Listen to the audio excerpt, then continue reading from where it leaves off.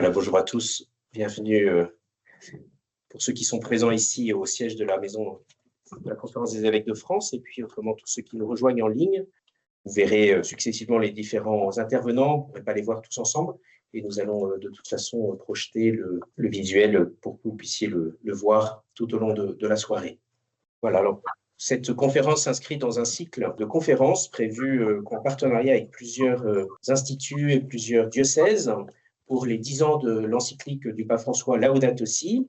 Notamment, ce cycle a été coordonné par le Centre Teilhard de Chardin à Saclay, sur le plateau de Saclay. Nous voulions tous ensemble pouvoir prendre le temps de nous arrêter pour pouvoir relire ce chemin parcouru depuis 10 ans, surtout à la perspective de la COP30, de voir un peu tout le chemin qui avait été parcouru par les uns et les autres, relire théologiquement aussi, continuer à puiser dans ce texte, reprendre aussi toutes les initiatives, toutes les visions qui ont pu être partagées, le dialogue aussi dans lequel nous étions invités à entrer. Et puis aussi affronter des nouvelles questions, et ça sera peut-être l'objet de cette soirée, notamment avec cette question de l'IA. Voilà. Alors, cette conférence, elle a été portée par l'Observatoire Innovation et Société, qui est présidé par Monseigneur Michel Dubosc, qui nous fait l'honneur de sa présence dans la salle ici, et qui est animé aussi par plusieurs membres qui vont prendre la parole ce soir pour pouvoir partager justement le fruit de leur recherche, de leur réflexion. Voilà. Mais je vais surtout laisser la parole à notre animatrice, Diane Galbois-Lehal, de l'Institut catholique de Paris, qui va pouvoir animer cette soirée, nous permettre de la vivre tous ensemble, de pouvoir partager aussi ce que cette question de penser l'IA à la lumière de l'écologie intégrale nous inspire. Alors, à tous, bonne soirée. Je rappelle simplement de couper vos micros pour ceux qui sont à distance. Et je vous laisse la parole, Diane. Et merci beaucoup d'avoir répondu à cet appel. Merci à vous, Marianne. Alors, je vais vous demander d'abord un petit exercice de retour en arrière. Nous sommes le 24 mai 2015. La conférence de Paris, COP21, est en cours d'organisation. Elle se tiendra à la fin de l'année. Et c'est alors que sera négocié l'accord de Paris, l'accord sur le climat, qui a fixé comme objectif de cantonner le réchauffement climatique entre 1,5 et 2 degrés supplémentaires par rapport à l'ère pré-industrielle. En 2015, sur un peu plus de 7 milliards de personnes habitant sur Terre, 3 milliards ont accès à Internet et 2 milliards utilisent régulièrement les réseaux sociaux. C'est une augmentation respectivement de 21% et de 28% par rapport à l'année précédente. Les données numériques en 2015 sont, pour 90 d'entre elles, constituées de données créées pendant les 2 dernières années, 2013-2014. L'année 2015 apporte également son lot de nouveautés et de nouveaux gadgets et objets connectés. Vos ados s'envoient des vidéos éphémères instantanées via Snapchat et les joggeurs de l'esplanade qui longent l'avenue de Breteuil commencent à arborer des montres connectées. C'est dans ce contexte que le pape François rédige son encyclique Laudato Si. Les réseaux sociaux, les GPS et les montres connectées sont dopés à l'intelligence artificielle, mais l'expression n'est pas encore très répandue dans le grand public. Il faudra attendre encore 8 ans, il faudra attendre 2022, fin 2022, l'avènement de ChatGPT et son adoption massive par le grand public. Le pape François, donc, le 24 mai 2015, publie son encyclique Laudato Si. Et on y trouve au numéro 169, alors que se préparait cette encyclique, le débat écologique, sous-entendu, a atteint une intensité particulière. On lit la référence à la préparation des accords de Paris. Sous sa plume, on trouve une vive critique du consumérisme, du capitalisme et du technosolutionnisme. Plusieurs paragraphes dans son encyclique sont consacrés à la technologie et à ce qu'il considère comme étant le nouveau paradigme technocratique. Donc, il dénonce l'attitude du dominateur, du consommateur ou du pur exploiteur de ressources, la société de consommation, les dynamiques des moyens de communication sociale et du monde digital, le technosolutionnisme et donc ce paradigme technocratique. Et donc apparaît comme l'un des axes principaux de l'encyclique, c'est les termes même du pape François, la critique du nouveau paradigme et des formes de pouvoir qui dérivent de cette technologie. Alors, lorsqu'on relit le texte avec 10 ans de recul, on constate à quel point Laudato Si était précurseur, était visionnaire. Il garde toute son actualité sur les enjeux technologiques malgré les développements extraordinaires qu'ont connus la matière, les développements extrêmement rapides. Aujourd'hui, l'Église s'empare du sujet de l'intelligence artificielle parce que, comme le disait François, une science qui prétendrait offrir des solutions aux grandes questions devrait nécessairement prendre en compte tout ce qu'a produit la connaissance dans les autres domaines du savoir, y compris la philosophie et l'éthique sociale. C'est ce que fait Antiqua et Nova, la note sur les relations entre l'intelligence artificielle et l'intelligence humaine, du dicaster pour la doctrine de la foi et du dicaster pour la culture et l'éducation, publié le 14 janvier 2025. Et le pape Léon XIV poursuit dans cette voie, puisque une des raisons qui semble avoir guidé le choix de son nom tient à la volonté de répondre, comme Léon XIII en 1891, en pleine révolution industrielle, à cette fois-ci une nouvelle révolution industrielle et qui tient au développement de l'intelligence artificielle. Pour célébrer les 10 ans de Laudato Si', nous ne pouvions donc pas ne pas avoir une réflexion sur l'intelligence artificielle. Penser l'IA à la lumière de l'écologie intégrale, c'est aborder non seulement l'impact environnemental de l'IA, le nouveau modèle anthropologique induit par l'IA, mais également les impacts spirituels que peut avoir l'IA. Et c'est ce que nous vous proposons ce soir avec nos 3 intervenants. Arnaud Chaperon, qui pilote l'atelier ressources et énergie au sein du pôle innovation et société de la conférence des évêques de France. Bernard Jarry-Lacombe, qui pilote l'atelier numérique et IA du même pôle à la conférence épiscopale, et Bruno Dufay, responsable du groupe de réflexion écologie intégrale au centre Teilhard de Chardin, qui coordonne le cycle de conférence dans lequel s'inscrit cette soirée. Alors, avant de leur laisser la parole, je vais la monopoliser encore un petit peu parce qu'il me reste à définir les termes du sujet. Alors, s'agissant des termes d'écologie intégrale, je pense que tous ceux qui êtes présents et qui nous écoutez ici ce soir les connaissaient déjà, mais je voulais simplement donner quelques références supplémentaires de l'encyclique Laudato Si'. Dans cette introduction, la référence à saint François d'Assise et le rappel qu'il nous montre une écologie intégrale qui requiert une ouverture à des catégories qui transcendent le langage des mathématiques ou de la biologie et qui nous orientent vers l'essence humaine. Cette idée que tout est lié, qui revient à de multiples reprises dans l'encyclique. Et puis, j'ai voulu souligner également le sens particulier qu'il donne, qu'il rappelle à la création, que la création est plus que la nature, et donc on parle d'écologie plus que d'environnement ce soir, parce qu'il y a un rapport avec un projet de l'amour de Dieu dans lequel chaque créature a une valeur et une signification. Voilà, pour la définition de l'écologie intégrale. Maintenant, penser l'IA à la lumière de cette écologie intégrale. Un petit peu plus difficile de lever le voile sur cette expression qu'est l'intelligence artificielle. Alors, d'abord, l'expression elle-même, intelligence artificielle, est née à la conférence de Dartmouth, donc lors d'une université d'été aux États-Unis en 1956. Une université d'été qui est une démarche pluridisciplinaire dans laquelle il était envisagé de s'interroger sur les moyens de création dans les machines et sur les mécanismes du cerveau humain. C'est comme ça qu'était définie l'intelligence artificielle.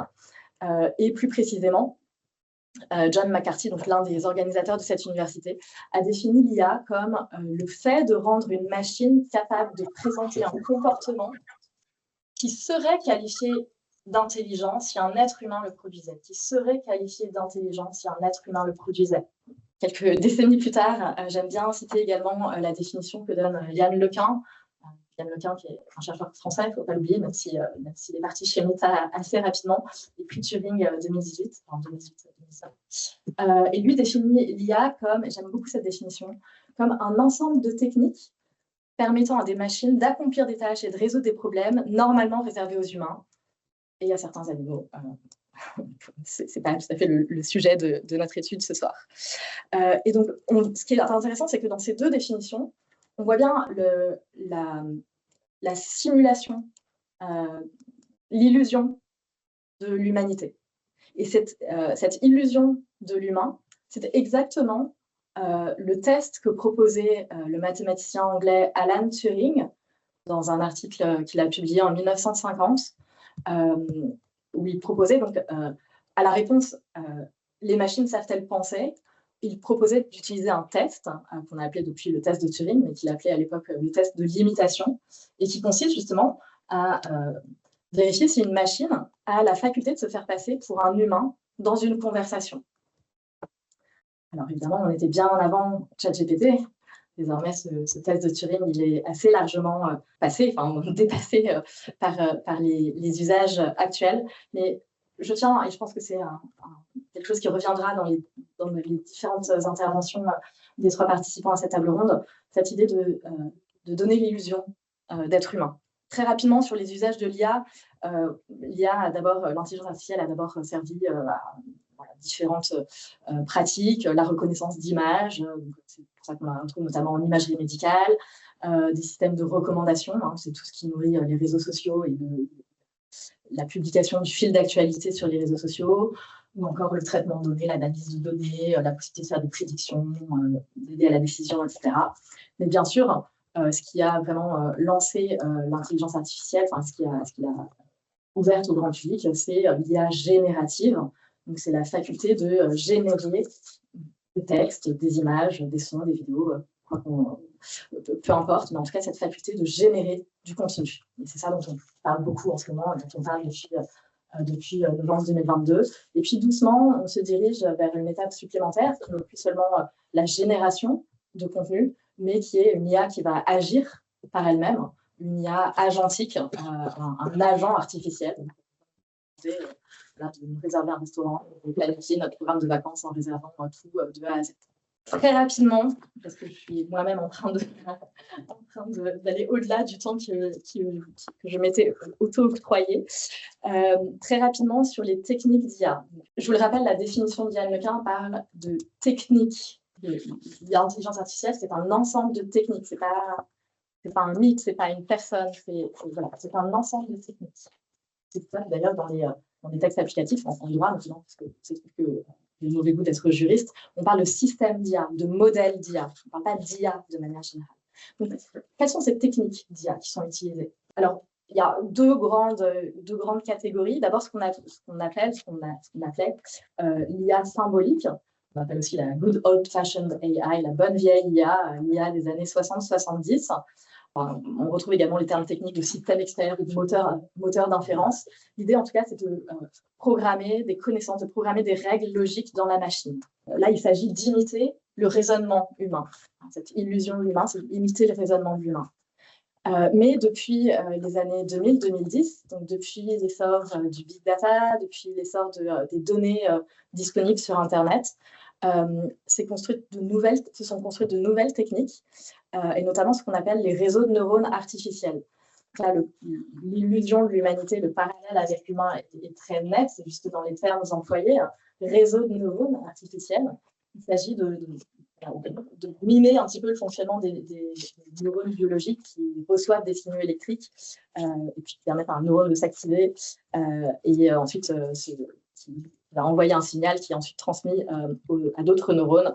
Pardonnez-moi, je ne suis pas du tout neuroscientifique, donc j'ai schématisé à l'extrême, mais l'idée est la même, c'est qu'un signal, une donnée va être donnée au système d'IA sur lequel on va appliquer une fonction mathématique et qui va donc décider si le neurone artificiel s'active ou non pour ensuite générer une sortie.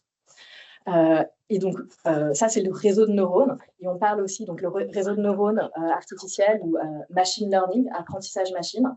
La machine apprend, comme notre cerveau apprend. Et on a ensuite des sous-catégories, si on veut affiner, mais tout ça s'inscrit dans l'IA actuelle. Première sous-catégorie, c'est le deep learning, ou apprentissage profond. Il s'agit d'ajouter différentes couches dans les réseaux de neurones, et plus il y a de couches, plus le système va être perfectionné. Là encore, je schématise à l'extrême, mais voilà l'idée. Et puis, dans cette sous-catégorie de deep learning, on trouve encore une autre technologie, une autre technique, qui est celle qui est utilisée dans les grands modèles de langage, donc dans les modèles d'IA générative, et c'est ce qu'on appelle les transformers. Donc là, c'est une architecture particulière de réseau de neurones. Je m'arrête là en espérant pas trop vous avoir perdu.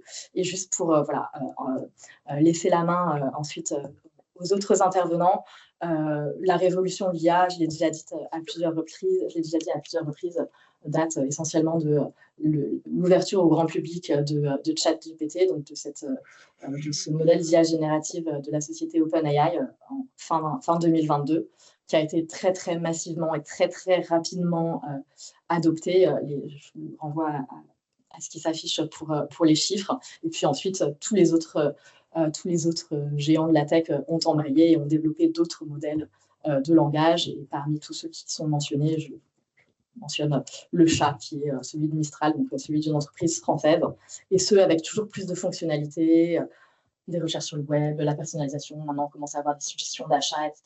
Mais ce qu'il faut comprendre, c'est que tout ça, cet apprentissage machine se fait sur la base d'un très, très, très grand nombre de données. Et de même que pour entraîner un modèle d'IA générative, ça va se faire à partir d'un très grand nombre d'images ou de textes. Et ces données, eh bien, elles ont un coût environnemental, un coût énergétique. Là encore, il faut se méfier du vocabulaire. Ce virtuel, cet immatériel, ce cloud, ce nuage informatique, ça a une réalité bien concrète pour l'environnement. Mais pour cela, je laisse la parole à Arnaud Chaperon, qui nous parlera de l'impact environnemental de l'IA. Merci Diane. Beaucoup s'interrogent en fait sur ce lien entre l'IA et l'environnement. Si d'un côté, vous avez des bénéfices liés à l'intelligence artificielle dans la transition énergétique, de multiples technologies, d'un autre côté, la consommation d'électricité, la consommation en eau, la consommation en métaux rares ou en métaux critiques, pose quand même un certain nombre de questions, surtout quand se développent derrière des exponentiels. Donc c'est ça que je vais regarder un petit peu avec vous rapidement. Donc pour ça, je vais vous emmener dans les coulisses, et vous me pardonnerez de vous emmener dans les coulisses de l'informatique et du digital. Et donc on va aller, la première slide, voilà. On va commencer par la mine, parce que finalement, derrière tout ça, on parle des mines, et en particulier, pas que des terres rares, mais du silicium. Donc c'est plutôt dans le sable. C'est purifié à des niveaux de pureté très, très, très élevés par des process extrêmement consommateurs d'énergie. Ensuite, à partir de là, vous faites des plaquettes de silicium de plus en plus miniaturisées sur lesquelles vous allez mettre, sur lesquelles il va y avoir les puces qui vont construire dessus l'ensemble de la puissance de calcul derrière sur ces puces. Le leader mondial sur ces plaquettes de silicium, c'est un Taïwanais, TSMC, que tout le monde oublie. Enfin, il contrôle 70% du marché mondial. Derrière, vous avez toutes ces techniques sur lesquelles je ne vais pas rentrer, mais des technologies extrêmement avancées pour pouvoir inscrire sur ces plaquettes de silicium l'ensemble des petits transistors. Et maintenant, on parle de 3 nanomètres, sur des choses tout à fait miniaturisées, qui permettent de construire ce qu'on appelle les processeurs, donc les cartes graphiques dont le leader mondial aujourd'hui, vous connaissez tous, NVIDIA. Les cartes graphiques de NVIDIA. Sans carte graphique de NVIDIA, aujourd'hui, on ne parlerait pas d'intelligence artificielle. Ces cartes les plus avancées de NVIDIA, on les 1000 watts. Elles consomment 1000 watts. On confond, je sais pas, moi ça m'a toujours amusé, donc la puissance de calcul d'une puce, elle s'exprime dans la même unité que l'électricité. C'est de puissance électrique. Voilà, c'est 1000 watts pour une puce NVIDIA, sachant que pour faire tourner le modèle ChatGPT 4, il a fallu 26 000 cartes NVIDIA.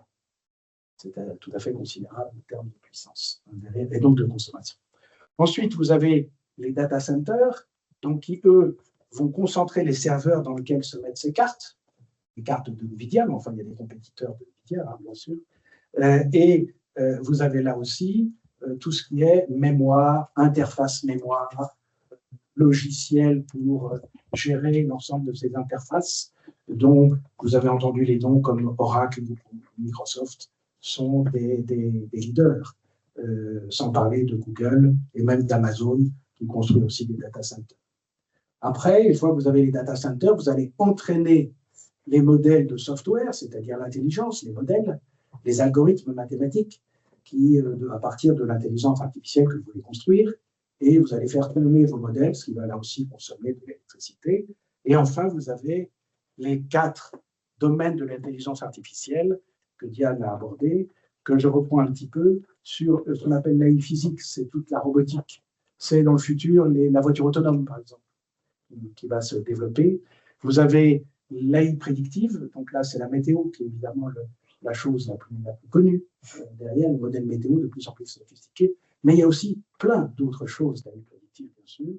Le computer vision, c'est-à-dire là, c'est tout ce qui est de la reconnaissance de forme. Donc, c'est pour le médical, par exemple. Ou alors en Chine, tout ce qui est payé avec votre visage, hein, c'est la reconnaissance faciale. Tout ça fait partie de cette IA dans ce domaine-là. Et puis, bien sûr, l'AI générative, dont Diane vient de parler, et qui, là, va toucher directement sur vos téléphones portables ou sur vos ordinateurs. Sachant que la consommation de tout ce petit monde, c'est essentiellement en matière de fabrication les puces, qui sont le gros morceau, faire des puces qui vont consommer derrière. Et en termes de consommation, ça va être l'AI générative qui, elle, va être celle qui va vraiment générer le plus de consommation électrique. Ce qui veut dire que, en fait, c'est en termes de consommation, véritablement là où vous touchez des centaines de millions, des milliards. Aujourd'hui, ChatGPT, par exemple, ils sont à, je ne sais plus où là, j'ai entendu, ils étaient autour de 600 000, j'espère, milliards. Bientôt, il y a des personnes qui font des requêtes dessus. Quand vous touchez aux milliards, et il y a des milliards d'ordinateurs aujourd'hui dans le monde, là, vous touchez vraiment à quelque chose sur lequel vous rentrez dans la phase exponentielle.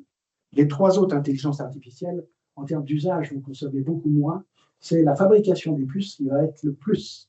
Alors, grosso modo, moi, j'ai comme règle du pouce 20% de l'énergie pour la fabrication de la chaîne et 80% dans l'usage. Et dans l'usage, il y a à peu près 30% pour entraîner les modèles et le reste, c'est la consommation des utilisateurs, en particulier sur l'AI générative. La suivante. Alors, la suivante, bon, très, très vite, ça veut dire que tout ça n'est pas neutre. En gros, tout objet connecté dans le digital va avoir un impact sur les terres rares et les métaux critiques. Ça va avoir un impact sur la consommation d'électricité. Ça va avoir un impact sur la gestion des milliards de données. Alors, ce n'est pas des milliards, on parle de zettabytes. Hein. Maintenant, on en est dans les zettabytes. Vous pouvez acheter une carte pour votre mémoire, pour votre ordinateur, c'est 1 terabyte. Ben là, c'est zettabyte, ça veut dire 10 puissance 21. Donc, on est dans des choses tout à fait colossales. La suivante, je vais vite. La suivante. Alors, ça, c'est quelque chose, c'est difficile à obtenir, c'est très variable. Là, c'est une slide qui vient de l'Agence internationale de l'énergie.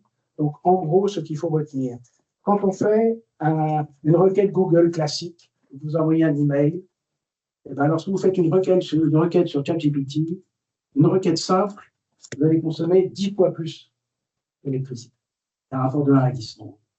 Lorsque vous faites une requête qui n'est pas aussi simple, mais que vous faites plusieurs pages, vous devez demander d'éditer plusieurs pages, là, vous allez toucher à quelque chose qui est, vous voyez, de l'ordre de 5 Wh par rapport à 1. Vous augmentez encore un petit peu. Si vous générez des images, vous allez encore augmenter la consommation.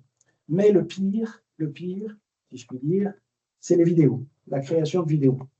Et aujourd'hui, OpenAI vous offre la possibilité de passer sur leur logiciel qui permet de l'édition de vidéos, sans parler de fake news. Mais bien sûr, derrière, tout de suite penser aux fake news.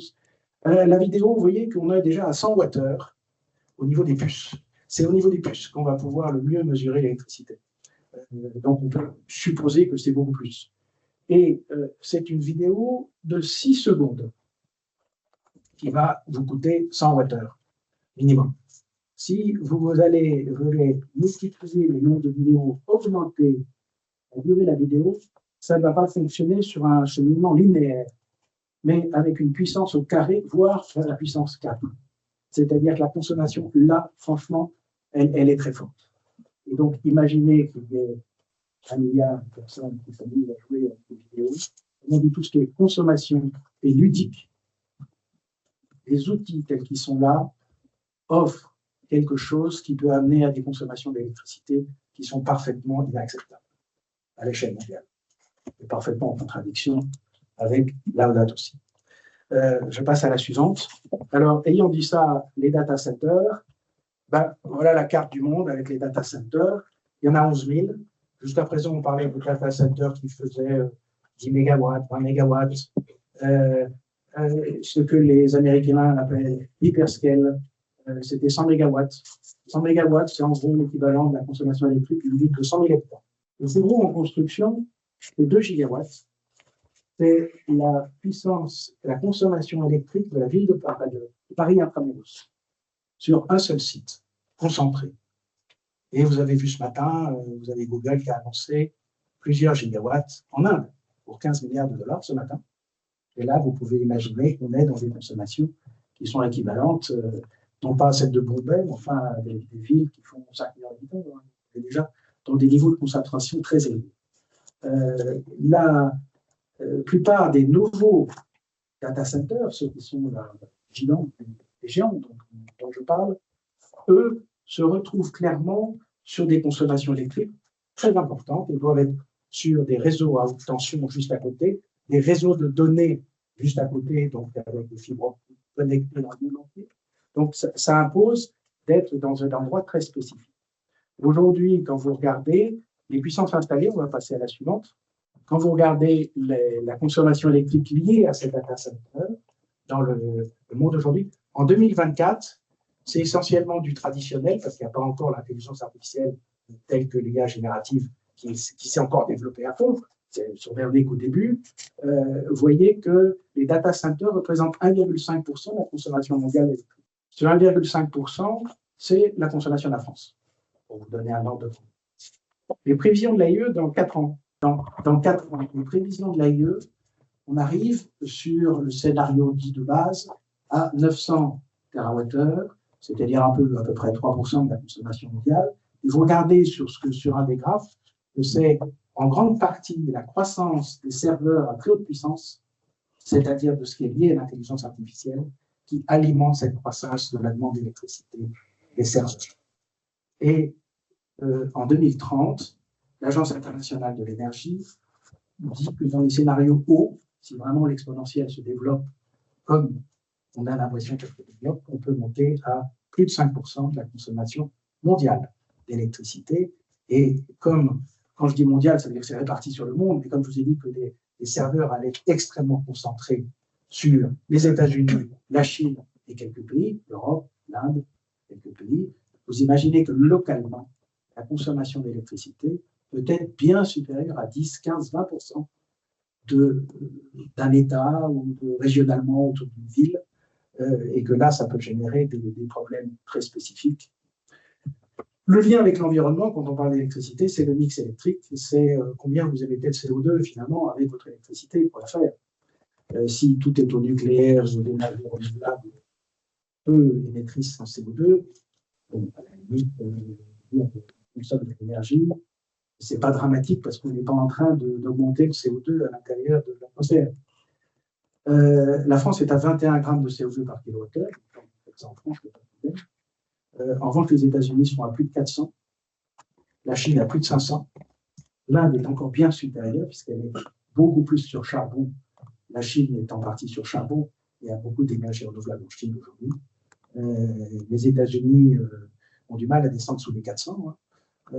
Donc là, il y a un vrai sujet, parce que là, évidemment, vous faites beaucoup d'intelligence artificielle, beaucoup de requêtes, d'IA générative, et puis hop, on augmente finalement le CO2 de l'atmosphère, tout en consommant des terres rares, des métaux critiques en amont.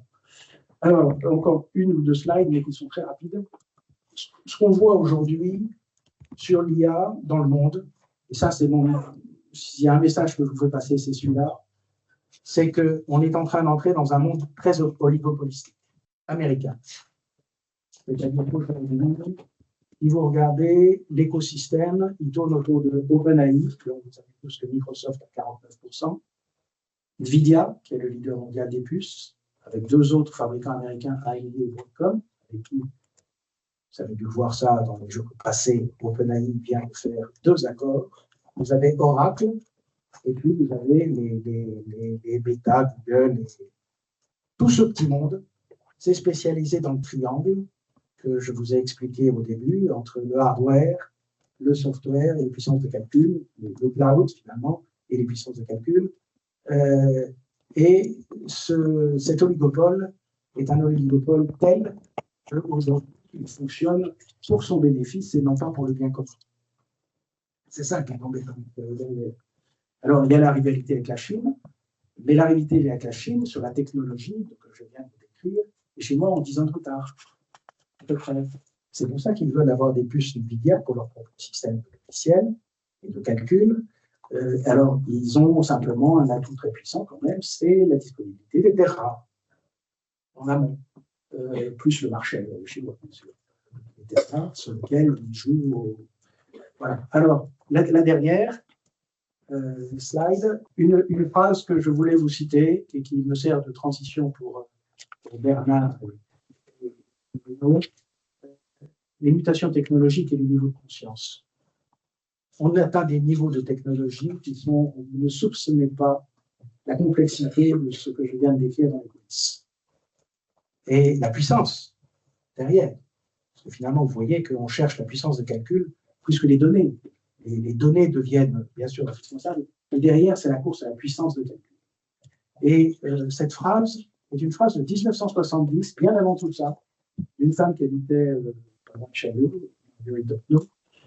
et je vous la lis parce qu'elle est puissante, on va dire.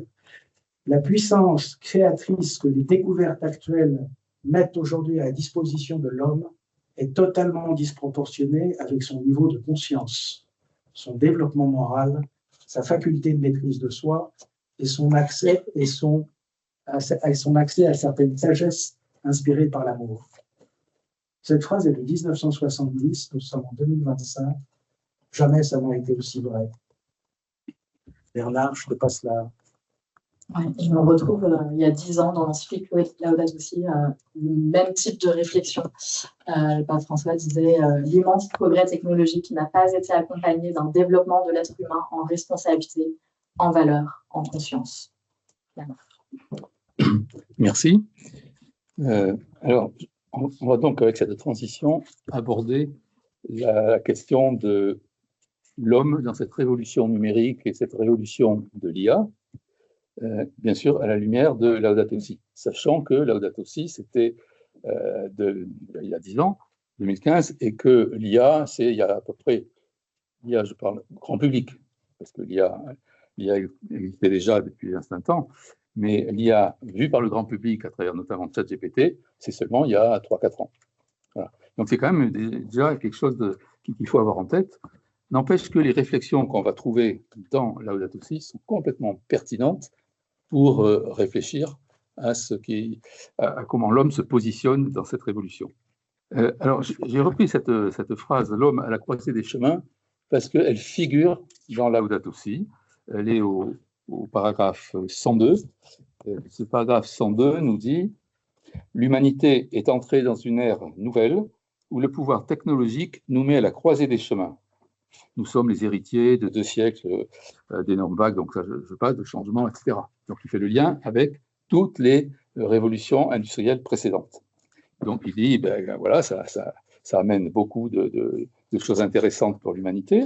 Et puis un peu plus loin, au numéro 104, il dit « Mais nous ne pouvons pas ignorer que l'énergie nucléaire, etc., l'informatique, c'est ça qui nous intéresse, nous donne un terrible pouvoir. » Et il parlait de l'informatique, il ne parlait pas encore de l'IA. Ça nous donne un terrible pouvoir. Mieux, elle donne à ceux qui ont la connaissance et surtout le pouvoir économique d'en faire usage une emprise impressionnante sur l'ensemble de l'humanité et sur le monde entier. Voilà, on a l'équation là. Hein, on a l'équation, c'est-à-dire d'un côté des usages extrêmement intéressants, de l'autre côté une puissance pour l'usager, mais aussi une puissance économique et de contrôle du monde aussi encore plus impressionnante. Et ça, c'était il y a 10 ans. Vous imaginez bien qu'aujourd'hui, c'est ce qu'on vient d'entendre d'ailleurs de la part d'Arnaud, c'est encore plus impressionnant que ça. On a dit que ChatGPT, c'était 2022. Moi, ce que je voudrais souligner, c'est que ChatGPT a séduit tout le monde. C'est-à-dire qu'on ne s'y attendait pas. On s'y attendait pas. C'est une technologie qui est sortie dans les labos un petit peu avant, mais qui a été révélée au grand public fin 2022. Et qu'est-ce qu'elle faisait, cette technologie? Eh bien, elle limite le langage humain, elle limite la parole humaine. Et là, je trouve qu'il est intéressant de se dire, oui, mais parole, langage, c'est quoi la différence? Ben, la parole, c'est quelque chose qui émane de la pensée, c'est-à-dire d'un cerveau qui pense. Donc, il y a conscience de penser. Et le langage, c'est des phrases qui sont générées par ce cerveau pour exprimer la pensée. Donc on voit bien que quand on dit que le ChatGPT parle, non, ChatGPT ne parle pas. ChatGPT énonce des phrases. Alors, on ne va pas revenir sur la façon dont il s'y prend, c'est d'un mode purement statistique, donc c'est du calcul, c'est des mathématiques, c'est pas de la pensée, c'est pas de l'humain, c'est simplement de l'agencement de mots pour trouver toujours le mot suivant pour construire des phrases. Et il se trouve que ces phrases, depuis quelques temps, enfin depuis maintenant 3-4 ans, quand on met suffisamment de mots pour apprendre à la machine, eh bien les phrases prennent au moins du sens et sont correctes grammaticalement. Donc voilà, ça me paraît très très important. La parole, expression d'une pensée, le langage, c'est le support de cette parole. Voilà. Et donc les IA génératives n'accèdent qu'au support, ils n'accèdent pas à la pensée elle-même. Ça, c'est assez fondamental. On sait tous qu'il faut qu'on ne peut plus s'en passer, que tout le monde s'en sert. Je pense que dans la salle, tout le monde a consulté ChatGPT ou un autre pour avoir une information, une idée, etc. Donc tout le monde s'en sert. Mais en fait, derrière ça, c'est notre liberté qui est en jeu. Notre liberté, si on devient dépendant de ces outils, et donc d'une minorité de personnes qui les conçoivent. Personne ne sait comment ils... Vous savez, il y a très très peu de gens qui savent comment marche ChatGPT, Mistral, etc. Très peu de gens dans le monde, et en France encore plus. Et donc, on est dépendant de ces personnes-là, et on est dépendant du système technico-économique qui les accompagne. C'est-à-dire que c'est un système mondial qui est porté par quelques multinationales dont la puissance de frappe, je dirais, est bien plus forte qu'un État comme la France. Il faut vraiment avoir conscience de ça. Et donc, à chaque fois qu'on s'en sert, bon, bien sûr, ça nous rend service, sans doute, j'espère. Mais en même temps, ça rend surtout service à ces organismes-là, dont on devient de plus en plus dépendant et dont ils tirent leur richesse. Alors, derrière tout ça, il y a des enjeux. Les enjeux, ils sont extrêmement larges. Il y a la formation, le travail, etc. Je ne vais pas tous les citer parce qu'il faudrait 2 heures de conférence pour le faire. Mais parmi les enjeux, il y a la formation, le travail. On sait très bien tous que l'IA transforme le travail. L'IA peut détruire du travail. Et on sait aussi qu'actuellement, beaucoup d'entreprises adoptent l'IA parce que ça se fait, parce qu'on ne peut pas faire autrement, parce que c'est dans l'air, parce que c'est la mode, etc. Mais il n'y a pas que ça. Il y a des très, très grandes entreprises qui transforment complètement leur organisation et leur mode de fonctionnement parce qu'elles passent à l'IA. Et en passant à l'IA, qu'est-ce qu'elles espèrent ? Eh bien, réduire les effectifs, gagner de l'argent, être plus efficaces.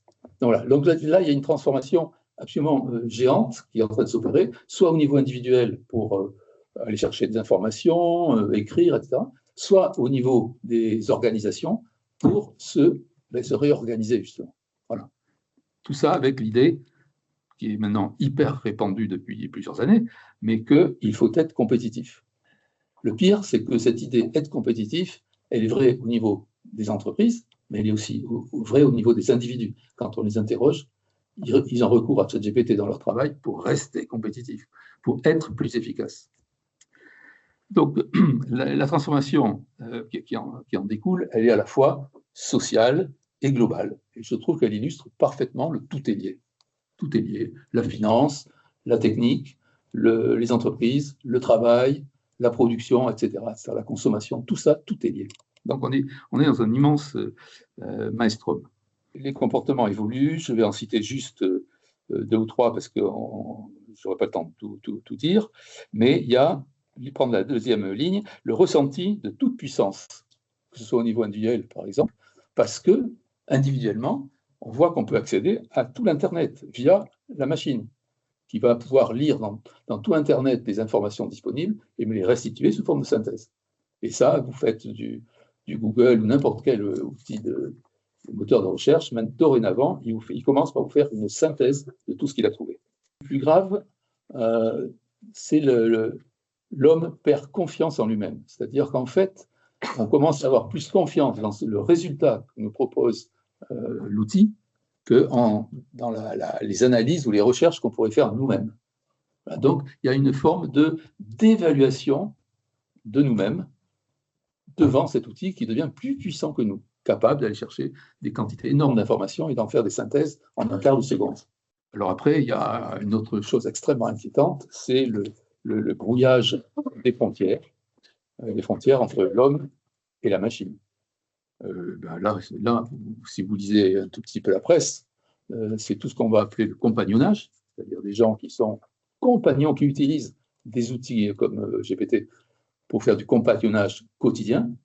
Dis-moi comment je dois m'habiller, dis-moi ce que je dois manger, dis-moi etc., etc. Et puis de l'intimité. L'intimité. J'ai tel problème dans ma famille, qu'est-ce que je dois faire? Voilà. Ce coaching psychologique, qui est aussi spirituel par ailleurs, se répand.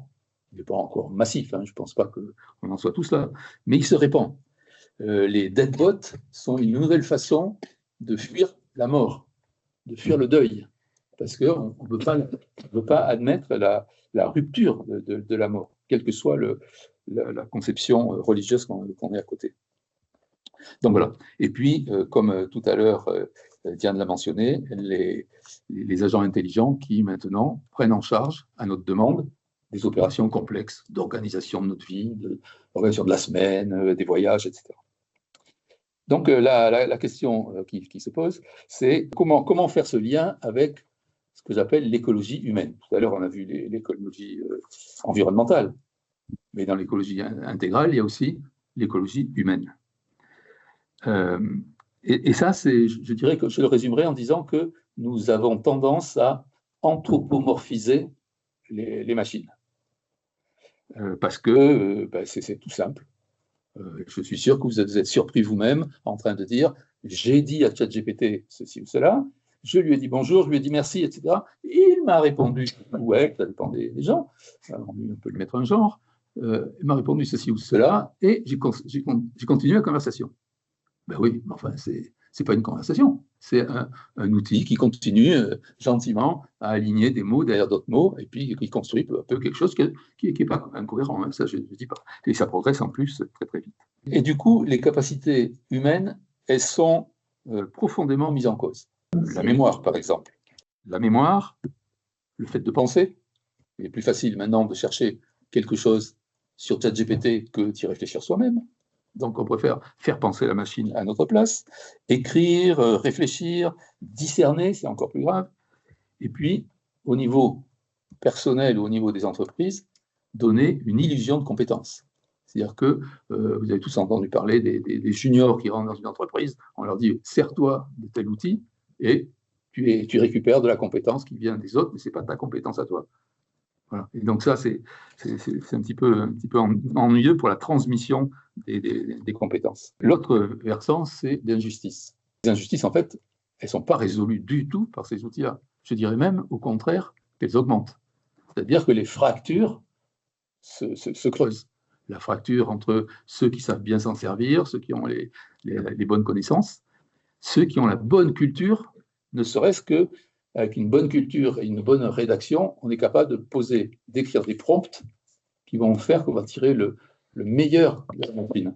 Alors que si on ne sait pas le faire, on va tirer des informations extrêmement banales. Voilà. Donc, même si l'outil a toutes les limites que j'ai déjà expliquées, quelqu'un d'éduqué va pouvoir s'en servir 1000 fois mieux que quelqu'un de peu éduqué. Et donc là, ça va continuer à creuser les compétences et la culture. Donc, on peut se demander effectivement si cette IA générative est au service de l'homme. De temps en temps, vous avez le renvoi à un alinéa de Laudato Si. Je ne vais pas les commenter là, mais je pense que c'est intéressant. Vous pouvez les noter. Là, c'est par exemple, typiquement, c'est le numéro 47, qui est quand même très, très intéressant parce qu'il parle d'insatisfaction dans les relations interpersonnelles et d'isolement dommageable.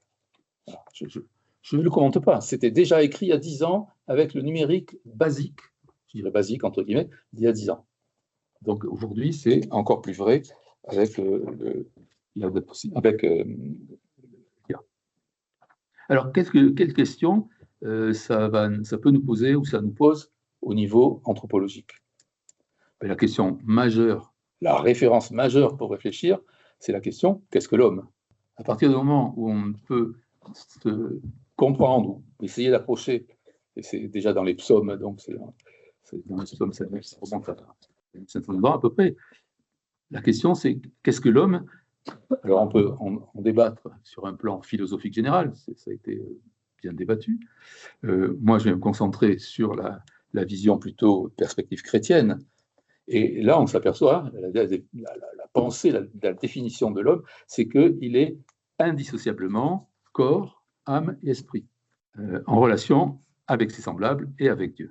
L'homme est par ailleurs une personne, c'est-à-dire qu'il a une conscience et il est en relation avec les autres et il est reconnu par les autres.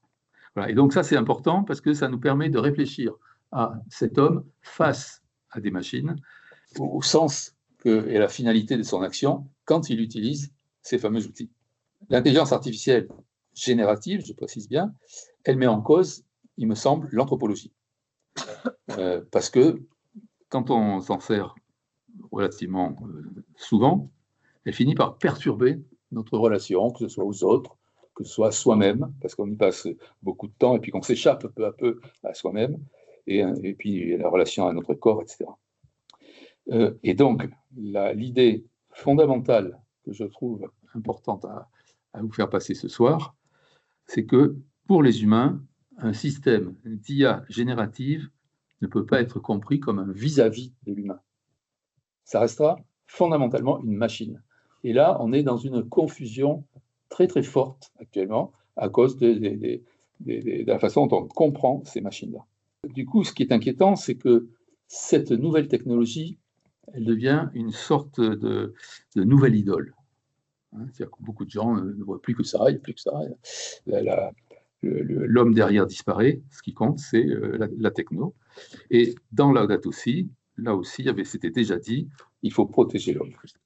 La question que ça peut nous poser, c'est va-t-on vers ce qu'on appelle une société machine, c'est-à-dire une société dans laquelle les hommes interagissent essentiellement avec des machines. Ils interagissent peut-être entre eux encore, mais ils interagissent surtout avec des machines. On appelle ça une société machine. Et ça, c'est certainement pas l'avenir de l'homme. Hein. C'est pas cohérent avec ce qu'on a dit avant sur l'anthropologie. Donc là, ce qui est dit dans Laudato Si, et qui est complètement pertinent pour aujourd'hui, c'est quelle conversion est nécessaire, conversion personnelle, comment j'utilise ces outils, conversion collective, comment par exemple dans une entreprise on décide de transformer toute l'entreprise et de faire partir un tiers des gens parce qu'on va passer à l'IA générative. Est-ce que ça a vraiment du sens? Est-ce que c'est pertinent? Est-ce que ça va dans le bon sens? Dans le sens, je dirais, un peu aussi du bien commun, de cette façon. Voilà. Donc ça, c'est quelque chose qu'il faut avoir en tête, parce que l'économique et la recherche d'efficacité peut être beaucoup plus forte que la résistance à ces évolutions. Alors, ce qui est aussi derrière ça, c'est que l'homme, avec l'anthropologie, l'homme a été créé comme sujet, mais avec la révolution que nous vivons, il commence à devenir un objet aux mains des machines. C'est-à-dire que c'est la machine qui va lui dicter tout ce qu'il doit faire. Il va éventuellement aussi le faire à sa place. Voilà. Donc là, il y a une conversion nécessaire. Il va nous obliger à poser un certain nombre de règles. On voit bien tous les conflits qu'il y a autour de la régulation. Un certain nombre de règles. Et je terminerai avec 2 remarques simples. Dans Laudato Si, au sens numéro 160, quel monde voulons-nous laisser? Quel monde voulons-nous laisser à nos enfants, à nos petits-enfants, aux autres, etc. On est en train de construire un monde qui, sur plusieurs aspects, mais en tout cas sur l'aspect de l'intelligence artificielle et de la liberté de l'homme et de l'homme pensant, etc., c'est assez inquiétant. Quel monde voulons-nous laisser? Je pourrais dire autrement, quel monde allons-nous laisser si on ne réagit pas? C'est pour ça qu'on peut parler de conversion. Une conversion est nécessaire.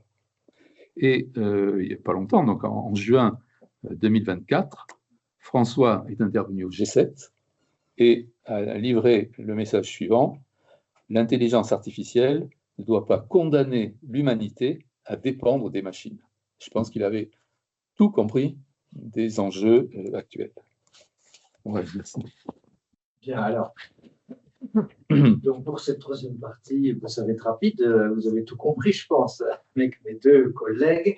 C'était la blague qu'on avait tout à l'heure. Le troisième, il a 2 minutes, donc c'est très rapide. Bon, j'ai un peu plus de 2 minutes, Diane, je crois. Bon. Donc, alors, je précise une chose, c'est que je ne suis pas théologien, je ne suis qu'un observateur des technologies. Et il se trouve que je vous parle ce soir parce que au Centre Teilhard de Chardin, nous avons mené un projet intéressant qui était de faire parler les religions, les sagesses, les spiritualités diverses et variées qui existent sur notre planète, leur faire parler de l'écologie. Alors, on leur posait la question, bon, vous, dans vos traditions, dans ce que vous dites à vos communautés, comment ça se passe, etc. Donc, on a vu le judaïsme, l'islam, le bouddhisme, l'hindouisme, il ne faut pas oublier, les spiritualités sans Dieu, qui sont très nombreuses dans les courants écologistes. Donc, voilà, c'est un peu de cette manière que je vous parle. C'est simplement donc des choses, des idées que j'ai entendues au cours de ce projet, qui n'est pas tout à fait terminé, mais peut-être que nous sortirons un livre sur le sujet. Donc, voilà, vous pourrez guetter cette parution. Bien, alors, le premier point, il faut revenir quand même sur une chose qui est une évidence, je sais, et qui remonte au numérique, qui n'est pas spécifique à l'humain, c'est ce problème d'accaparement des cerveaux. C'est le fameux divertissement pascalien. Bon, ben voilà, tout le malheur de l'humanité, c'est qu'on ne peut pas rester dans notre chambre tranquille à prier, quoi. Bon, voilà. Donc, on est là dans une course à tout, à l'action, à l'activité, à l'information, aux écrans, et on n'arrête jamais. C'est un flux absolument inarrêtable. Donc cette course dans laquelle même les professionnels dans les entreprises, je ne sais pas si vous avez vu récemment un article dans les Échos qui disait, on voit que la santé mentale des gens qui travaillent est de plus en plus mauvaise, indépendamment des burn-out. Bon, ok, burn-out c'est une chose, mais déjà comme ça, les gens qui travaillent, hein, et bien c'est cette course qui rend malade, mais spirituellement, qui nous empêche d'avoir des moments de silence, des moments de prise de recul, de méditation, de prière. Et quand on parle avec les jeunes qu'on rencontre au Centre Teilhard de Chardin, très souvent, ils vous disent, non, mais j'ai pas le temps de prier, j'ai pas le temps de pratiquer une religion, c'est un truc, j'aimerais bien, mais je peux pas. Et au fait, tu passes combien de temps sur les réseaux sociaux? Eh bien, 5 heures par jour. Donc, en fait, voilà, c'est assez facile de répondre quand on rentre dans un dialogue comme ça et qu'on se fait confiance. C'est de dire, non, là, sur 5 heures, si tu passes à 3 heures, il te reste beaucoup de temps pour beaucoup de choses. Donc, la méditation et la prière. Donc, ça, c'est la première chose qui est bien connue, mais je pense que c'était important de le redire. Et cette hyper-consommation d'informations, d'écrans, de choses, de biens matériels, évidemment, ceci va à l'encontre de cette recommandation de sobriété que le pape François nous faisait. Ce qui était quand même très beau dans le texte, c'est qu'il explique que la sobriété, ce n'est pas des contraintes en plus, s'empêcher d'aller voir quelque chose sur ChatGPT, s'empêcher de boire une bière. C'était pas ça l'idée. L'idée, c'est de se déconnecter de ces chaînes pour retrouver une liberté. Liberté, évidemment, qui permet la relation à Dieu. Donc ça, c'était quelque chose d'extrêmement bien explicite dans le texte de Laudato Si, et que je relie également à mon deuxième point, qui est cette espèce d'horizontalisation du monde. Alors, qu'est-ce que ça veut dire horizontalisation? Je ne connaissez peut-être pas le mot, mais enfin, avec ces outils, on va dans le nivellement, on va dans la moyenne. D'abord, on ne veut choquer personne. Donc, on fait attention que les choses soient gentillettes. Bon. Mais tout est au même niveau, tout a la même valeur. Une parole de Jésus-Christ, comme celle d'un sorcier du Morbihan. Je veux dire, pour ChatGPT et pour les gens qui font confiance, il n'y a pas de raison, il n'y a pas de différence. C'est de même niveau. Ou bien, je vais prendre un autre exemple pour ne pas choquer Monseigneur. La théorie d'Einstein est mise sur le même pied d'égalité qu'une loufoquerie dans un laboratoire à Marseille pendant le Covid. Enfin, vous voyez, tout ça, c'est assez difficile de remettre une échelle de valeur, de discerner ce qui est intense, ce qui est vrai, ce qui est authentique, ce qui est démontré et ce qui est simplement des opinions. Voilà. Alors, ceci, on en a parlé, c'est en fait une sorte de détachement pour le transcendant. Si tout est dans la machine et si tout a la même valeur, mais pourquoi y aurait-il quelque chose de supérieur? Donc, à quoi ça sert si j'ai à ma disposition toutes les réponses avec cette machine sensationnelle qui répond à tous mes problèmes? Pourquoi se confier? Donc la confiance, la foi, est-ce encore quelque chose vraiment d'actuel? Le troisième point a été abordé, c'est corps, âme, esprit. On voit quelque chose d'assez bizarre apparaître, c'est que on dissocie ces choses-là. Alors le corps, on l'oublie pas. Vous voyez un peu le culte du corps, l'apparence, la muscu, etc., tout le succès qu'il y a derrière tout ça. Donc le corps devient une apparence, celle en particulier qu'on va publier sur les réseaux sociaux, par exemple. D'un autre côté, on trouve l'intellect, le mental. Et là, évidemment, on est un peu en peine avec ChatGPT qui fait beaucoup mieux que nous dans ce domaine-là. Alors, on ajoute les sensations, les émotions, le ressenti, et donc on essaye de dissocier. Pourquoi on dissocie? Parce que voilà, il y a des gens qui ont l'idée brillante de dire je vais télécharger l'ensemble de mon réseau neuronal, donc toute mon intelligence, avec mes capacités intellectuelles, mes sensations et tout ça, ça va être téléchargé dans un grand réseau de neurones artificiels et je vais continuer à vivre.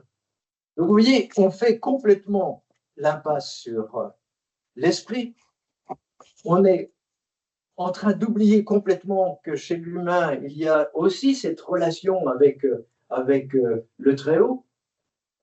Et les gens qui travaillent et qui dépensent de l'argent dans ces folies transhumanistes, ils croient dur comme fer, parce qu'ils sont des émergentistes.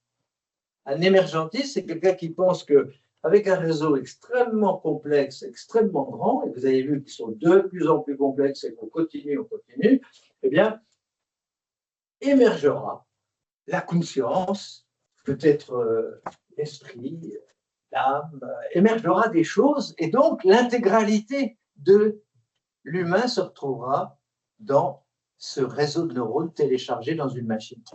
Alors évidemment, ceci va complètement en contradiction avec la vue chrétienne corps, âme, esprit, et indissociation de ces trois éléments avec, là, on est avec l'idée que la conscience intime, vous savez, ce qu'on appelle l'intime conviction, la conscience profonde, tous ces mots qu'on emploie, on les sent comme étant vrais.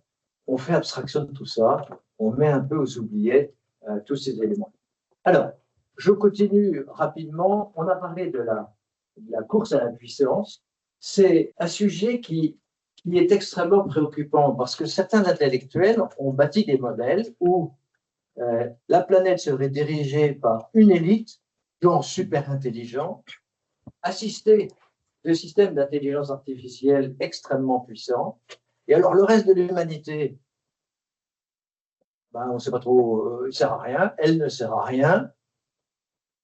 Et puis là, les personnes vulnérables, les pauvres, et là, Dieu sait, dans la date aussi, on a cette exhortation à toutes les 3 pages, quelle attention portez-vous aux pauvres? Et effectivement, là, ce qui n'est pas l'élite, ce qui n'est pas dans la super intelligence, ces gens-là sont au bord du chemin, entre parenthèses, on n'en a plus besoin. Bon, il y a des écrivains très célèbres, vous pensez à Harari par exemple, hein, qui a écrit des milliers de pages sur ce sujet pour expliquer cela. Donc ça c'est quand même gravissime. Et heureusement, donc, ce texte nous remet en tête ce tout est vulnérable. Après, le tout est lié. Il y a le tout est vulnérable qui est à garder en tête. Enfin, troisième idée, c'est l'idolâtrie. On sacralise les technologies. Et là encore, si tout vient des technos, si toutes les solutions, tous les problèmes du monde et des humains viennent des technos, on n'a plus besoin de se confier à Dieu. On ne reconnaît plus notre vulnérabilité et le tout est vulnérable de là où vous êtes aussi également passe complètement aux outils. Bon, donc on est sur un sujet grave, donc je vais avancer un petit peu. C'est les relations. On voit que en fait les relations à soi, les relations à l'autre, les relations à la nature, à la création, les relations à l'humanité, au cosmos. Et les relations à Dieu sont, disons, risquent d'être détériorées. Il ne faut pas exagérer. On va dire risque d'être détériorées.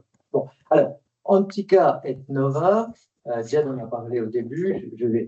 Évidemment, c'est un texte qui fait 15 pages. Je ne peux pas le résumer en mots. Il y a quand même, vous voyez, on retrouve corps, âme, esprit. On retrouve le danger de l'uniformisation qui va à l'encontre de l'unicité, de la singularité de la personne humaine. L'asservissement est explicitement cité. Et puis, à la fin, je voudrais quand même juste dire une chose sur renforcer la spiritualité individuelle. Donc, c'est la conversion individuelle à laquelle le pape François nous appelle, mais c'est aussi la conversion collective. Alors, Bernard en a un petit peu parlé. Moi, je voudrais juste citer une phrase de Laudato Si qui m'a beaucoup marqué. C'est « Pourquoi la terre a-t-elle besoin de toi ?» Pourquoi, pas en un mot, en 2 mots. Pourquoi? Et on revient à cette idée du collectif. Dire oui, je vais faire des choses, je vais me développer individuellement, je cherche le bonheur, je ceci, je cela, et je vais me convertir. Mais j'ai aussi un rôle sur cette planète. Et il faudrait se poser plus souvent cette question, pourquoi suis-je là sur Terre? Et est-ce que je réponds à cette mission qui m'est confiée? Voilà. Bien, je termine par un petit jeu, mais là, je demande à Monseigneur Dubosc de ne pas trop intervenir, parce que ça va être trop facile pour vous. Hein, voilà. Donc, c'est amusé, j'ai pris quelques petites phrases, quelques petits extraits de la Bible, ou d'ailleurs, et pour savoir d'où ils viennent. C'est ça le sujet. Alors, vous pourrez les relire, c'est assez amusant.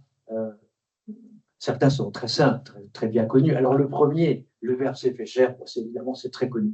Mais je vais vous poser la question que je voulais vous poser, c'est qui a dit « Avec l'IA, le Verbe ne se fait pas chair ». Ça, vous pouvez le retenir, puisque c'est assez belle formule. C'est quelqu'un qui a travaillé ici, il s'appelle le père Thierry Magnin. Donc, avec l'IA, le Verbe ne se fait pas chair. Mais si on se répète et si on comprend, je crois, à fond cette petite phrase, je crois qu'on comprend beaucoup de choses dans cette problématique de l'IA. Bon, alors je passe. Vous avez reconnu la deuxième ligne. Encore, l'incarnation, l'importance de l'incarnation. Ça, c'est Saint-Irénée, je crois. Hein. Bon. Ensuite, on va aller un peu plus vite, parce qu'on manque de temps. Relation à soi. La relation à soi, à autrui, à l'humanité. Donc, qui a dit un Dieu plus intime que vous-même à vous-même? Saint-Augustin. Voilà. C'est Saint-Augustin qui a beaucoup parlé sur l'intime, la profondeur. Et effectivement, nous risquons de nous extérioriser toujours plus, de sortir de nous-mêmes. Alors on va chercher, on va papillonner partout, et puis, ben oui, mais Dieu est au fond de nous rappelle Saint-Augustin, tu étais au dedans de moi, et moi au dehors. Et c'est là que je te cherchais. Donc, on peut aller voir tous les chatbots de la Terre, les psybots, les deadbots et les spibots, parce qu'il existe maintenant les spibots qui vont vous aider dans votre dominement spirituel. Mais tout ça, c'est toujours finalement sortir de soi, alors que la recherche, elle doit se trouver en nous. Voilà, donc je m'arrête là pour ne pas déborder trop. Merci, un grand merci à nos trois intervenants, Arnaud Chaperon, Bernard Jacques-Laracourbe et Bruno Tufet, pour leurs interventions. Alors, on a compris que l'IA n'est pas tout à fait, l'IA telle qu'elle se développe actuellement est assez peu compatible avec la vision de l'écologie intégrale défendue par l'encyclique Laudato Si.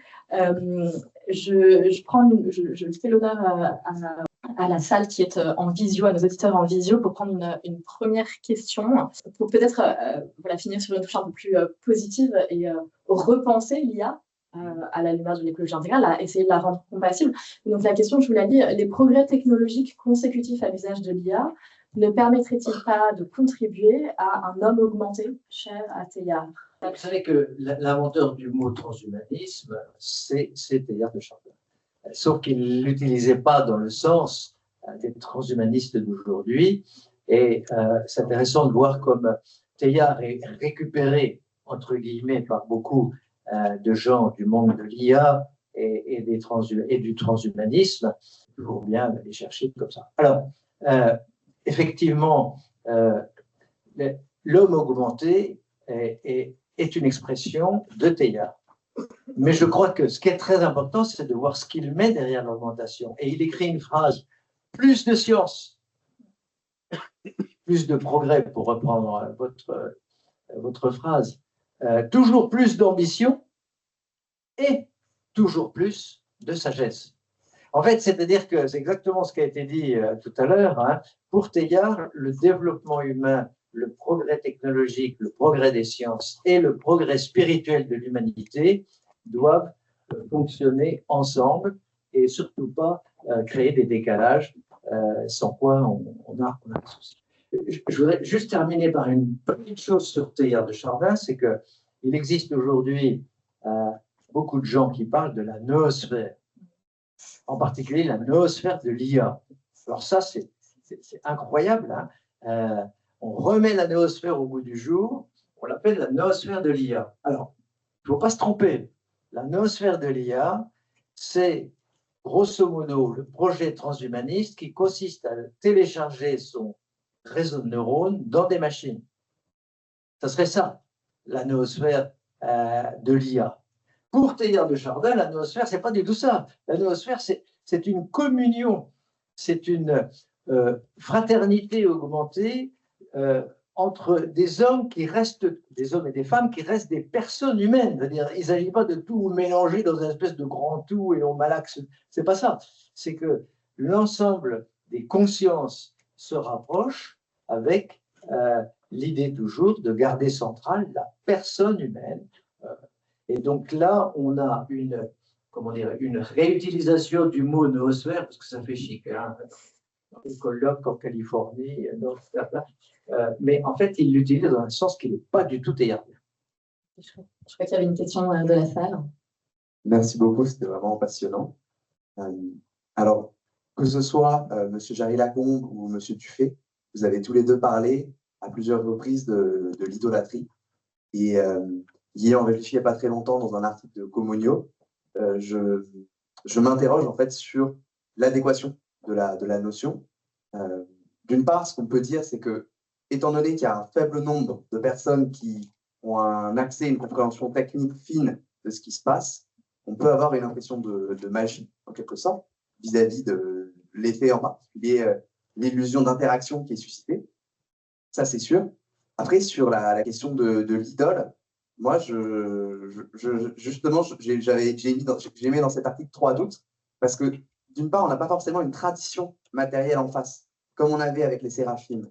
Ensuite, on vous parle, sauf exception, et justement, il y a des expérimentations très intéressantes dont je parle aussi, par exemple avec un chatbot du nom de Jesus.ai ou des rabbis. Et là, on est dans des cas un peu nuancés par rapport à ce que vous aviez décrit, Monsieur Buffet, où en fait, ce n'est pas ChatGPT, mais c'est une IA générative qu'on affine, on appelle ça du RAG, c'est-à-dire on entraîne sur un corpus très spécialisé, la Bible, les épîtres, les commentaires des pères de l'Église, pour qu'elle produise des réponses adéquates. Et ce qui est intéressant, c'est que là, on arrive même à un cas où c'est beaucoup plus nuancé, puisqu'on est dans une posture d'accompagnement. En fait, on se situe à un moment où on dit, bah, par exemple, c'est le cas aujourd'hui, on a le clergé qui est malheureusement rare. Voilà, on prie pour qu'il y ait des vocations, mais le clergé qui est rare. On a beaucoup de fidèles, donc pourquoi pas, de manière tout à fait temporaire, se dire qu'il y a un certain accompagnement. C'est le sens de ces chatbots. Et c'est là où ça devient très nuancé, c'est de se dire, en fait, l'enjeu principal, c'est justement qu'il n'y ait pas cette illusion-là. Et alors, la question qui se pose ensuite, c'est, y a-t-il un culte qu'on voue de manière explicite? Certes, là, on peut se poser la question du statut d'idole, mais je pense qu'encore plus, c'est vraiment cette posture idolâtre. D'abord, comme vous l'avez exprimé sur le rapport à notre démiurgie, en fait, qu'on se dise qu'on est capable de créer, qu'on se célèbre soi-même en tant que culture, de manière implicite. Et plus encore une fois, le fait de rentrer dans un dispositif où on n'est plus conscient du tout qu'on a affaire à un produit de nous-mêmes. Et c'est là, voilà, je voulais simplement apporter ces petites nuances par rapport au terme d'idolâtrie, d'illusion par rapport à une IA magicienne. C'était tout.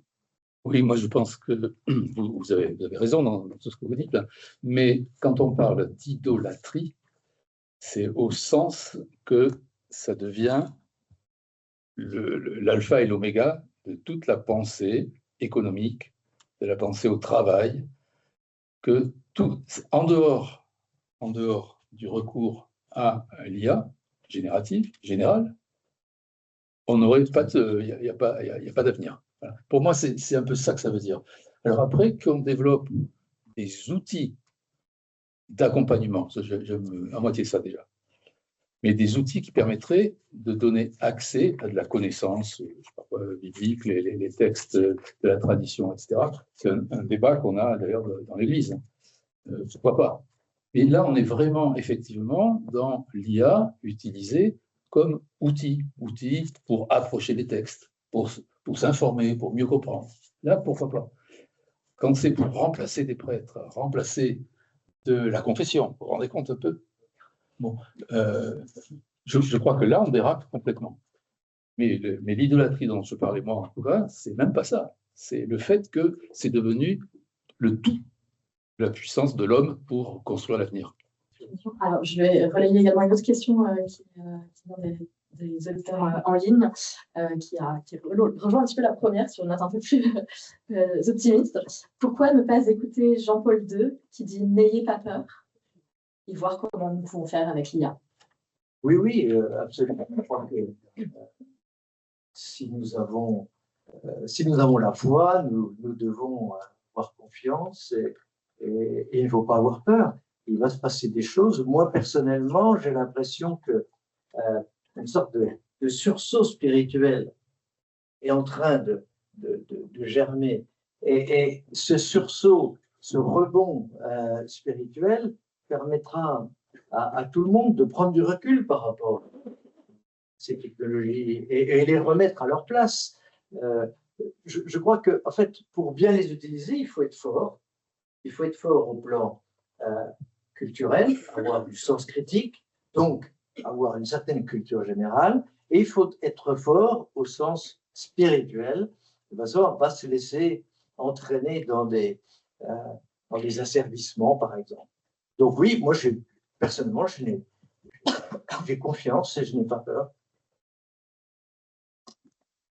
C'est une très bonne question, et moi, je n'ai pas plus peur que toi. Donc, je pense qu'il ne faut pas du tout avoir peur. Alors, je vais reprendre une expression qu'un de mes amis utilisait, il y a le bon cholestérol et le mauvais cholestérol. L'IA, c'est pareil. C'est-à-dire qu'il y a une très bonne IA, il ne faut pas toucher les choses formidables et extraordinaires qui sont en train de se passer, parce qu'il y a des excès avec la mauvaise IA, ou disons des usages abusifs de l'IA, c'est comme ça. Oui, il y a un danger du côté de l'excès. S'il n'y a que des consommateurs ludiques, là, c'est pas bien, on est dans l'excès. Mais il y a aussi des choses extraordinaires sur un plan technologique qui sont absolument indispensables pour l'humanité du futur. Et je voudrais préciser une chose, contrairement à ce qu'on pense, les taux d'adoption sur l'IA générative sont aujourd'hui en proportion plus importante dans les pays en voie de développement que dans les pays développés sur lesquels c'est déjà atteint un certain relatif niveau de maturité. Ça progresse moins vite en ce moment en France, par exemple, que ça progresse au Pakistan. Donc, il ne faut pas non plus raisonner en fonction de quelque chose de purement européen ou français, franco-franchouillard. Voilà. N'ayez pas peur. Je vais exprimer un point de vue un petit peu plus nuancé. Il ne faut pas avoir peur pour avoir peur. Et quand je parlais tout à l'heure d'injustice, c'est-à-dire qu'une partie de l'humanité va effectivement s'en servir de manière intéressante et va progresser. Une autre partie de l'humanité va subir. Et je pense que l'IA utilisée pour désinformer, l'IA pour manipuler, eh bien, je pense que moi, ça me fait un peu peur. Franchement, ça me fait un peu peur. Et je trouve qu'à l'époque déjà du numérique, on le disait, avec les réseaux sociaux, on en a vu complètement la traduction en politique dans le monde entier. Et on voit que c'est comme ça que certains grands pays manipulent la démocratie, par exemple. Eh bien, je pense qu'avec l'IA, ce sera encore pire. Voilà. Donc, oui, dans le principe, il ne faut pas avoir peur. Dans la réalité, je crains quand même qu'il faille avoir un peu peur. Je pense que pour essayer de contrer cette peur, il faut aussi éduquer en fait, à l'IA. Là, je reprends ma casquette d'enseignante. Éduquer, alerter sur les biais, sur les risques, mais aussi sur ce que ça peut apporter. On a vu là, tout au cours de cette conférence la transformation que l'IA apporte à notre rapport à la nature, à son coût environnemental, à nos semblables, à cause de l'aggravation de la fracture numérique ou des conseils qu'on pourrait demander plutôt à des IA génératives plutôt qu'à nos amis. Où on n'a pas abordé, mais on aurait pu aussi aborder la question du nivellement du nivellement et de la culture, en tout cas qui se calque sur ceux qui développent ces systèmes d'IA, notamment en ce moment plutôt les géants américains. Ça transforme également notre rapport à nous-mêmes avec une certaine dévaluation de soi, etc. Mais je pense que ce qu'il faut aussi, c'est alerter remettre l'IA à sa bonne place, en fait. Et une vraie avancée serait peut-être d'arrêter de parler d'intelligence artificielle, parce que non, ce n'est pas intelligent, notamment l'IA générative n'est pas plus intelligente que l'outil de suggestion de mots quand on envoie un SMS. Bon, je pense que vous voyez ce dont je parle. Donc, ce n'est pas intelligent. Il faut arrêter d'anthropomorphiser l'humain et il faut être conscient de ce qu'on peut faire avec et de ses limites. Et donc, il ne faut pas s'en servir comme un ami, comme un confident. Il ne faut pas se comparer à l'IA parce qu'évidemment, il y a une puissance de calcul qu'on n'a pas, mais on ne peut pas non plus faire des additions, des multiplications ou des racines carrées mieux qu'un ordinateur. Et voilà, c'est du même ordre en fait. Donc voilà, je pense qu'il faut vraiment, sans en avoir peur, la mettre à sa juste place. Mettre les systèmes d'IA, les techniques d'IA, comme j'ai dit au début, à leur juste place. Je crois qu'il y avait une dernière question dans la salle. Oui. Je voulais savoir si, à votre avis, on ne surestimait pas les capacités actuelles et futures de l'IA quand on sait l'énergie, la capacité les moyens et les capacités de promotion qu'ont les grands leaders technologiques, surtout d'origine américaine. On peut se demander si vraiment les arbres vont monter jusqu'au ciel. Et quelque part, quand on parle de consommation d'énergie, on voit apparaître quand même une limitation. Mais il y aura peut-être des accidents. Après tout, il y a eu Tchernobyl, où il y a eu Fukushima. Non, mais pour donner un Il faut espérer qu'on n'ait pas besoin d'un accident. Est-ce que tu n'es pas en train d'imaginer quelque chose qui est parfait, qui n'a pas d'accident, qui n'a pas de limite, qui n'aura pas de contraintes et qui va se développer infiniment? Avant de laisser la main à Arnaud pour répondre, juste un point, c'est quelque chose qui a souvent été abordé, notamment par les détracteurs de ceux qui imaginent une intelligence artificielle forte ou générale dans un avenir plus ou moins proche. C'est souvent fondé sur une loi, enfin un constat empirique qui est la loi de Moore, qui est la démultiplication de la puissance de calcul par rapport à la taille des microprocesseurs au fil des années, qui est une loi strictement empirique. Et certains disent, pour contrer ça, et donc, ce serait une exponentielle qui irait très très loin. Et d'autres disent, en fait, il y a un moment où on va être, on ne pourra pas aller plus petit que la miniaturisation. Merci. Et donc, il y a aussi des contraintes technologiques qui font que ça pourrait peut-être freiner. Mais je laisse Arnaud compléter cette réponse. C'est sûr que les arbres ne monteront pas au ciel. Je veux dire, il y aura toujours des limites. Alors, je ne vais pas parler d'accident parce que ça, on ne sait rien. Non, on entre dans une bulle financière. Il y a 4 500 milliards de dollars aujourd'hui de capitalisation boursière. On rentre dans des chiffres qui sont quand même considérables. On ne sait pas aujourd'hui, vu tous les investissements consentis, parce que c'est par centaines de milliards qu'on parle d'investissement, qui va payer tout ça? Aujourd'hui, c'est gratuit. Quand vous allez sur ChatGPT, la plupart des applications sont gratuites. Ce n'est pas la publicité qui va payer tout ça. Qui va payer? Donc, les modèles économiques qui sont derrière, on ne sait pas très bien où ils sont.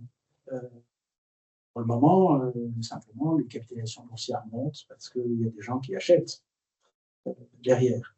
Le jour où la bulle éclatera, et elle éclatera, vous avez vu ça dans toute la presse, tout le monde en parle, on ne sait pas quand c'est, mais ça arrivera bien.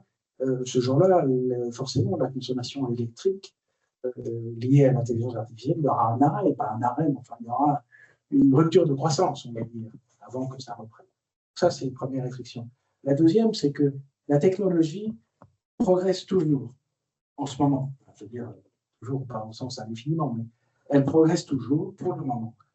Nvidia a annoncé au mois de septembre sortir une puce, là, au mois de septembre, qui s'appelle la Rhodium, qui est 7 fois plus performante que celle qui est aujourd'hui en fonction, celle qui vendent, qui date d'1 an.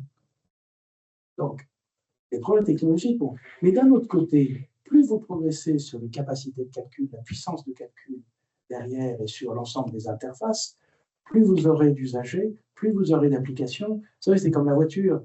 Au départ, on ne comprenait pas pourquoi les moteurs thermiques n'arrivaient pas à baisser la consommation unitaire. Tout simplement parce qu'on rajoutait des applications avec de l'électronique de puissance dans la voiture qui, elle, consomme. Et donc, on arrivait à une certaine asymptote, comme ça, on n'arrivait pas à faire descendre plus bas. Bon, ben là, c'est un peu la même chose. C'est-à-dire qu'il va y avoir des progrès technologiques qui, unitairement, vont faire baisser les niveaux de consommation, les niveaux de terres rares nécessaires, etc. L'eau, dont j'avais oublié de parler tout à l'heure. Vous savez que l'eau, pour cette chaîne de l'intelligence artificielle, aujourd'hui, la moitié de la consommation d'eau au Royaume-Uni. Pour donner un ordre de grandeur. C'est quand même bon, parce qu'il faut refroidir les data centers. Et que quand vous en avez un qui fait 1 gigawatt, il en faut. Hein. Et puis, il faut aussi utiliser cette énergie pour chauffer les maisons autour ou autre chose. Enfin, voilà, il y a un tas de choses qui sont en train de se passer. Donc, les progrès technologiques vont se poursuivre et ça ne va pas changer fondamentalement. Voilà. Je ne sais pas si c'est une réponse à votre question, mais en tout cas, elle est optimiste. Pas forcément sur la bulle. 22h01, on m'a confié la dure tâche d'être maîtresse du temps. Je vais laisser le mot de la fin pour Berian.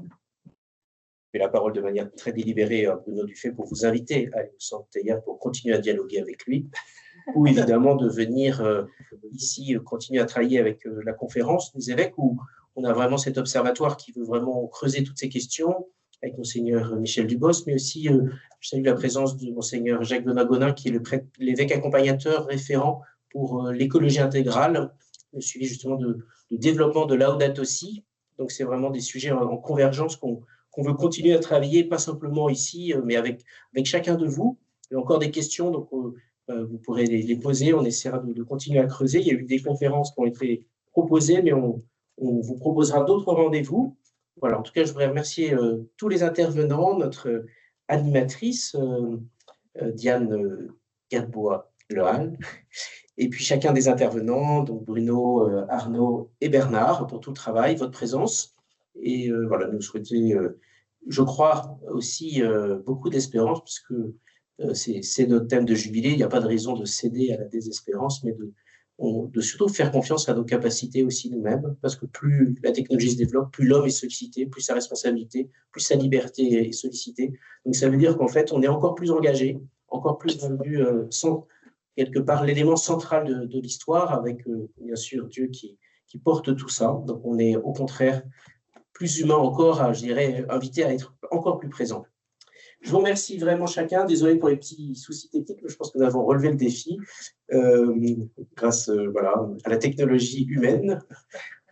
Et puis, voilà, je vous souhaite à tous une très bonne soirée. Et voilà, n'oublions pas, avec ce beau texte aussi du pape Léon d'Ilixité, tous ceux qui, ce soir, ont besoin d'espérance. Et notre première responsabilité, elle est surtout là, faire renaître l'espérance en chacun.